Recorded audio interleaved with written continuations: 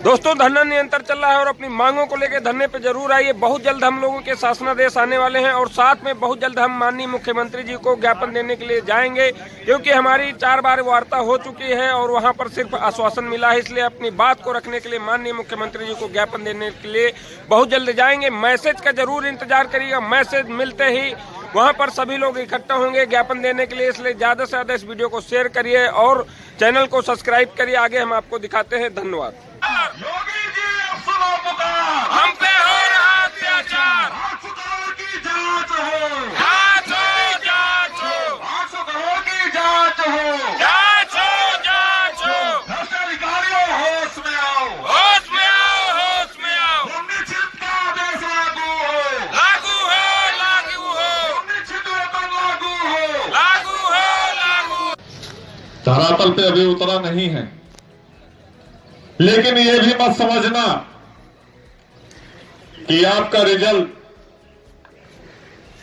अगर मैदान में उतरा नहीं है तो सिर्फ इसलिए नहीं उतरा है कि कुछ सीढ़ियां उसकी बची हुई हैं चढ़ने के लिए, जब आसमान खुले नजर पे आएगा। इसलिए आप लोग कतई निराश ना हो, क्योंकि हम आप सभी ने मिलकर यही निर्णय लिया है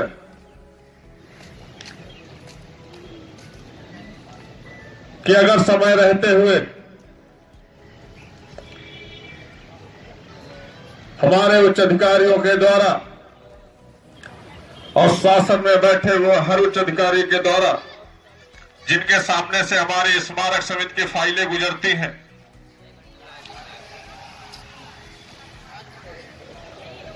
यदि समय रहते हुए हमारे शासनादेश निर्गत नहीं होते हैं तो उन स्थितियों में माननीय मुख्यमंत्री महोदय जी के आवास पर ज्ञापन सौंपने के लिए वो जन सैलाब उमड़ेगा कि वो स्वयं अधिकारी माननीय मुख्यमंत्री महोदय जी को जवाब नहीं दे पाएंगे कि आखिरकार ये हो क्यों रहा है। जब हमने इनको बजट दे दिया स्मारक समिति के कर्मचारियों को, तो कौन सा उच्च अधिकारी है जिन्होंने हमारे आदेश की अवहेलना की है, हमारी छवि को धूमिल करने का प्रयास किया है? उन अधिकारियों की सामत नहीं रहेगी, उनको दंडित जरूर किया जाएगा।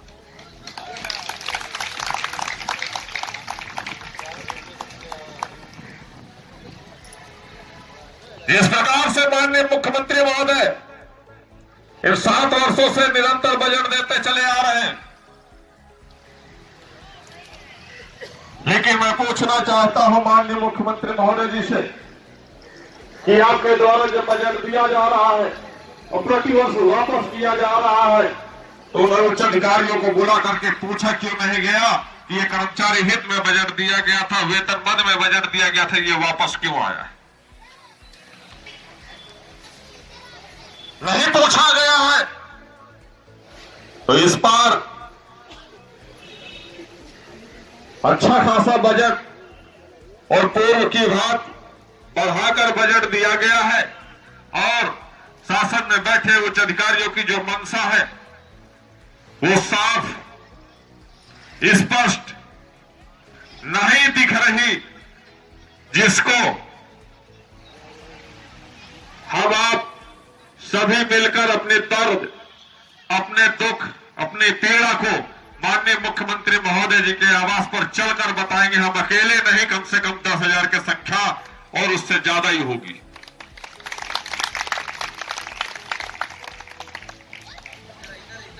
आवश्यकता पड़ी गई तो तमाम छोटे बड़े संगठन, महासंघों का जो समर्थन प्राप्त हुआ है, उनका भी सहयोग लेते हुए हम उनके अंतर्गत आने वाले चतुर्श्रेणी कर्मचारियों का सहयोग लेंगे और माननीय मुख्यमंत्री महोदय जी के आवास जाएंगे।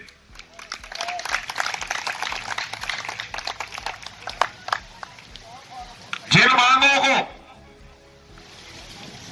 मांग बना दिया है, वो मांग ही नहीं है। ये तो हमारे अधिकार है, जो अधिकार हमें नियुक्ति वर्ष 2011 में ही मिल जाने चाहिए थे, ज्वाइनिंग के उपरांत ही। लेकिन हम आप सभी को हमारे स्मारक समिति के उच्च अधिकारियों के द्वारा भ्रमित किया गया, छला गया, शोषित किया गया, वंचित रखा गया हमारी इन्हीं मांगों के लिए।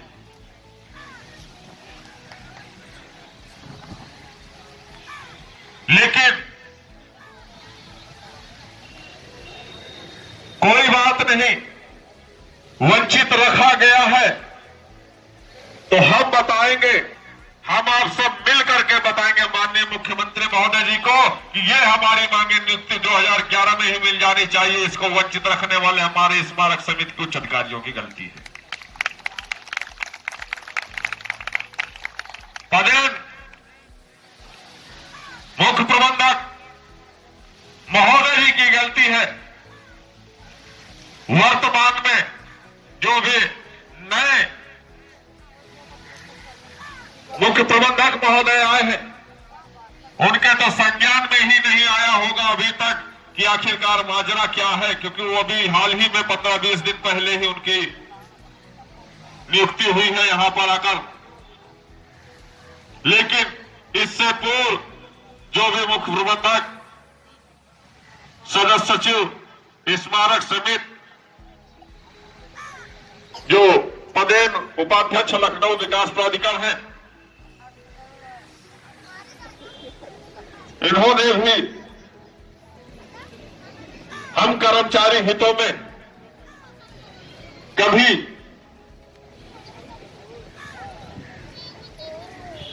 ऐसी पत्रावलियों को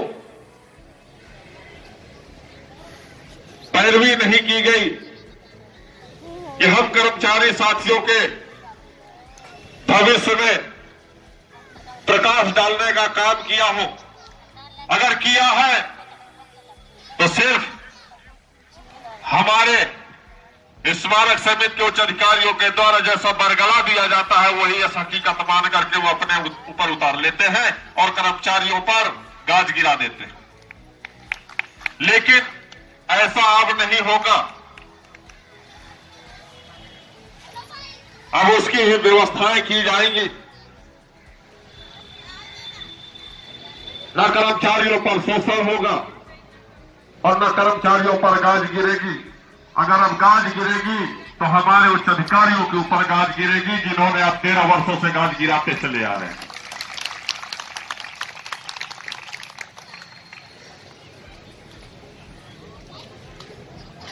हम आप उसी धैर्य और निष्ठा के साथ संघर्ष कर रहे हैं। यह पूर्णतः सत्य है कि हम आप सभी अनुशासन के दायरे में रहते हुए संवैधानिक तरीके से हम आज 81 दिनों से संघर्ष कर रहे हैं। तो इसका मतलब ये नहीं है कि हमने बोल दिया कि माननीय मुख्यमंत्री महोदय जी के आवास जाएंगे तो फरवरी की डेट निकल गई है, तो हमने पूरा समय भी दिया है, लेकिन मार्च नहीं जाएगा, ये हमारा वादा है। हम मार्च नहीं जाने देंगे। अधिसूचना जारी होने से पहले हम माननीय मुख्यमंत्री महोदय जी के आवास जाएंगे।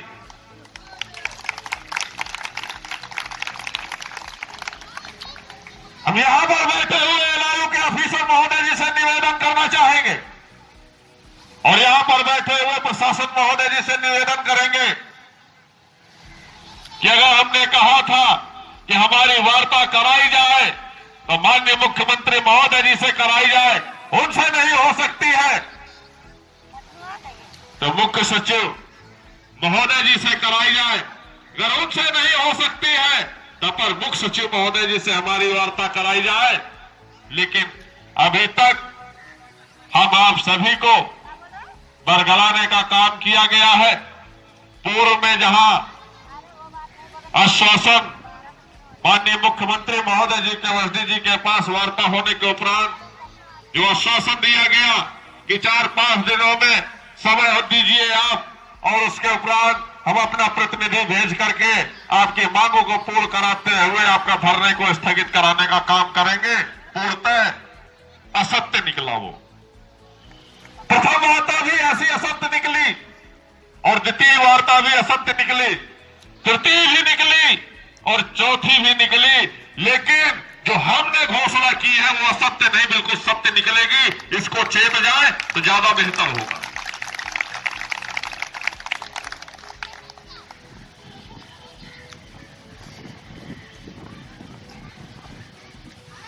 ये संज्ञान में भी ले ले यहां स्मारक के कुछ चंद साथी, चंद कर्मचारी धरना स्थल पर अगर उपस्थित दिखाई देते हैं तो ये आंकड़ा लगाना बंद कर दीजिए कि यहां पर कम कर्मचारी है, खाली बोलेंगे कुछ करेंगे नहीं। तो मैं पुनः याद दिलाना चाहता हूं कि माननीय मुख्यमंत्री महोदय जी के आवास से चारों ओर हमारा स्मारक समिति के कर्मचारी 5000 तैनात है और एक मैसेज सर्कुलेट होने पर 1 से 1.5 घंटे के अंदर माननीय मुख्यमंत्री महोदय जी के आवास पहुंच जाएगा।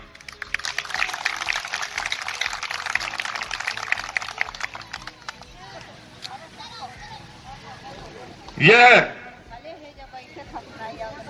स्थितियां अगर आप लाना चाहते हैं तो हम लाने के लिए तैयार हैं, क्योंकि ये स्थितियां लाने वाले भी आप हैं। हम तो 81 दिनों से यहां पर याचना कर रहे हैं, निवेदन कर रहे हैं।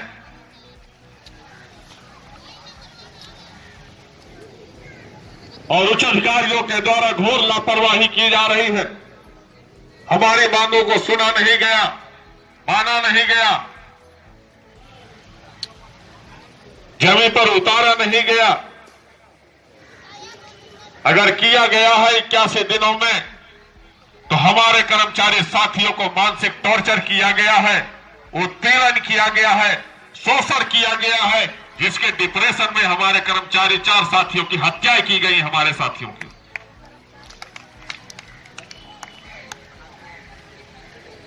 अगर कुछ किया गया है तो हमारी मांगों पर विचार नहीं किया गया है तो 17 कर्मचारियों को सस्पेंड किया गया है। अगर कुछ किया है हमारे नियुक्ति प्राधिकारी महोदय ने तो 300 कर्मचारियों का माह दिसंबर का आधे महीने का वेतन रोका है। उससे भी अगर दिल नहीं भरा तो हमारे नियुक्ति प्राधिकारी महोदय ने लगभग 70 कर्मचारियों को पूरे के पूरे महीने का वेतन रोक दिया है। उन कर्मचारी परिवार को जिससे इसका वेतन से उसके परिवार की जीविकाएं चलती हैं और जीविकाओं में खान पान की सामग्रियां और किराए के मकान में रहने का किराया देना और बच्चों की शिक्षा प्रभावित करने का काम किया है हमारे कर्मचारी साथियों का। हम इनसे संतुष्ट नहीं हैं बिल्कुल। कुछ कर्मचारी साथियों का तो सामान भी निकाल करके बाहर डाल दिया गया कि आप किराया देने के लायक नहीं है तो आप मकान में रहने के भी लायक नहीं है। जिस दिन किराया आ जाए उस दिन वापस आ जाना हमारे यहां। तो इसका जिम्मेदार कौन है? इसके भी जिम्मेदार हमारे नियुक्ति प्राधिकारी महोदय हैं। क्योंकि अगर नीचे से वेतन काट करके भेजा जाता तो आपका दायित्व बनता था, आप इस परिवार के मुखिया हैं, सदस्य हैं, नियुक्ति प्राधिकारी है, हमारे अधिकारियों को सीधे निर्देशित करते कि ये पूरा का पूरा वेतन बना करके लाइए। किसी कर्मचारी के दर्द को, पीड़ा को, उसके परिवार को पीड़ा देने का कोई अधिकार नहीं है हमें। अगर हम उनको खुशी नहीं दे सकते तो दुख भी नहीं दे सकते हैं। उनको सोचना चाहिए चाहिए था, विचार करना चाहिए था, लेकिन उन्होंने विचार नहीं किया। इसे हम क्या समझेंगे कि जो हमारे अधिकारियों ने बरगलाया, उन्होंने सुना और उसको उतारा अपने ऊपर, चला दिया कलम। कहां गई वो कलम की स्याही? हमारे स्मारक सहित परिवार में जो खुशियां हैं, जो हमारी मांगे हैं, उन मांगों पर शासनादेश पर आपकी कलम क्यों नहीं चलती है? शासन के वो उच्च अधिकारियों की कलम क्यों नहीं चलती जिनके सामने से हमारे फाइलें गुजरती हैं? कर्मचारियों का शोषण करने के लिए केवल आप लोगों की नियुक्ति नहीं हुई। याद करिएगा महोदय, इस सच्चाई जब आप सुनते हैं तो सच्चाई सुनने की आपके अंदर हिम्मत नहीं होती है। क्यों? क्योंकि आप समाज से बहुत दूर रहते हैं। कर्मचारियों के परिवार की दर्द की, भूख की पीड़ा को आप समझ ही नहीं सकते, क्योंकि आपके मां बापों ने आपको पढ़ने के लिए हॉस्टलों में डाल दिया गया। आपके अंदर तो मां बाप के लिए भी प्यार नहीं होगा, क्योंकि आपको मां बाप ने अपने आप से दूर ही कर दिया था उस समय। हमारा कर्मचारी साथी जानता है, 2 दिन अपने बच्चों को नहीं देखता है तो बिलख जाता है और भागता है तुरंत। जैसे शनिवार आता है तो कहते जाता हूं मैं 2 दिन के लिए अपने बच्चों के पास हो आता हूं। आप उस दर्द को नहीं समझ पाएंगे महोदय, क्योंकि आपको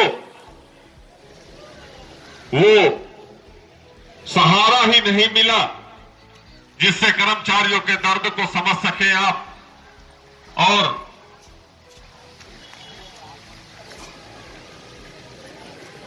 हमारे कर्मचारी साथियों में खुशी देने का काम करें,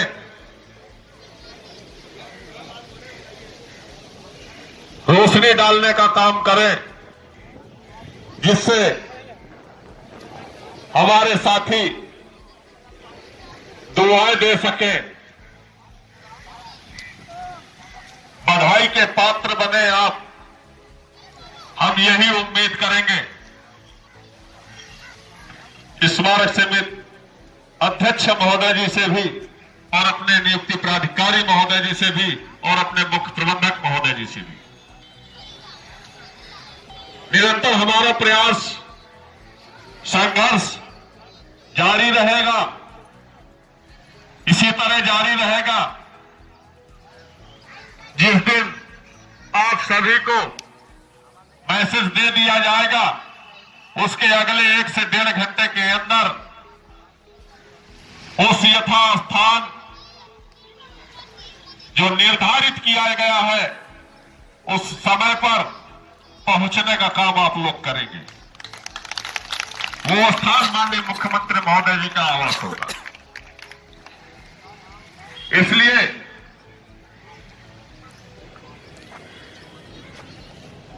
की जय।